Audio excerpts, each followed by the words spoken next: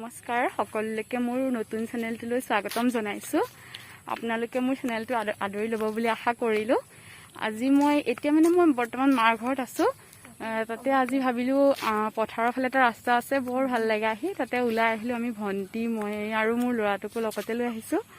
এয়া আহিছে হিও। তাৰপিছত ভাবিলো আপোনালোকৰ লগত সকলো কথা শ্বেয়াৰ কৰিম।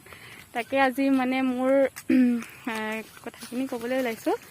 মই মাৰ ঘৰলৈ অহা এতিয়া কাৰণটো হৈছে মোৰ হাজবেণ্ডৰ ঘৰত বেমাৰ জ্বৰ হৈছিলে। তাৰপিছত মই লাহে লাহে একো স্মেল নোপোৱা হ'লো, বস্তুবোৰৰ একো নাপাওঁ।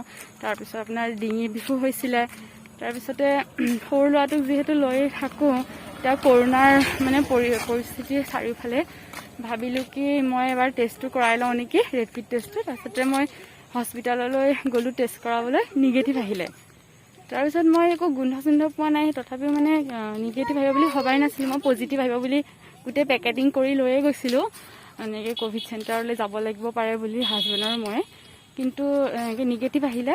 তাৰপিছত মই লগে লগে টেষ্ট কৰাই আহি ডক্টৰৰ ওচৰলৈ গ'লোঁ দেখাবৰ কাৰণে, কিয়নো এনেকুৱা হৈছে।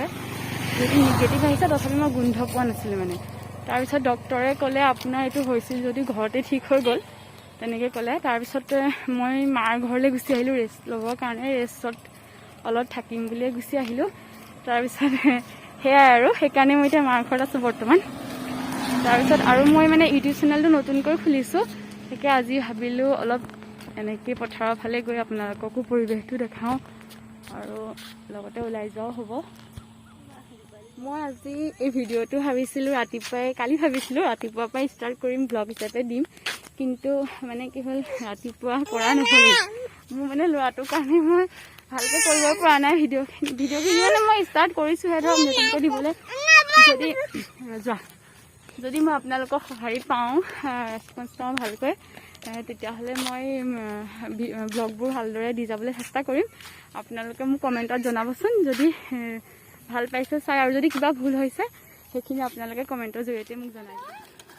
Bye bye bye bye bye bye.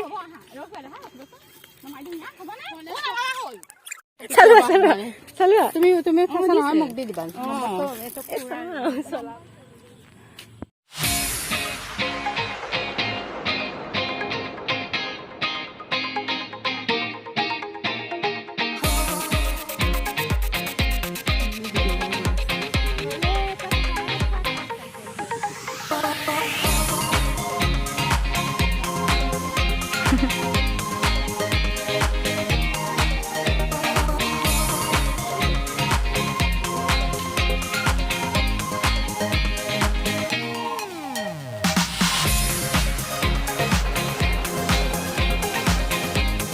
बोला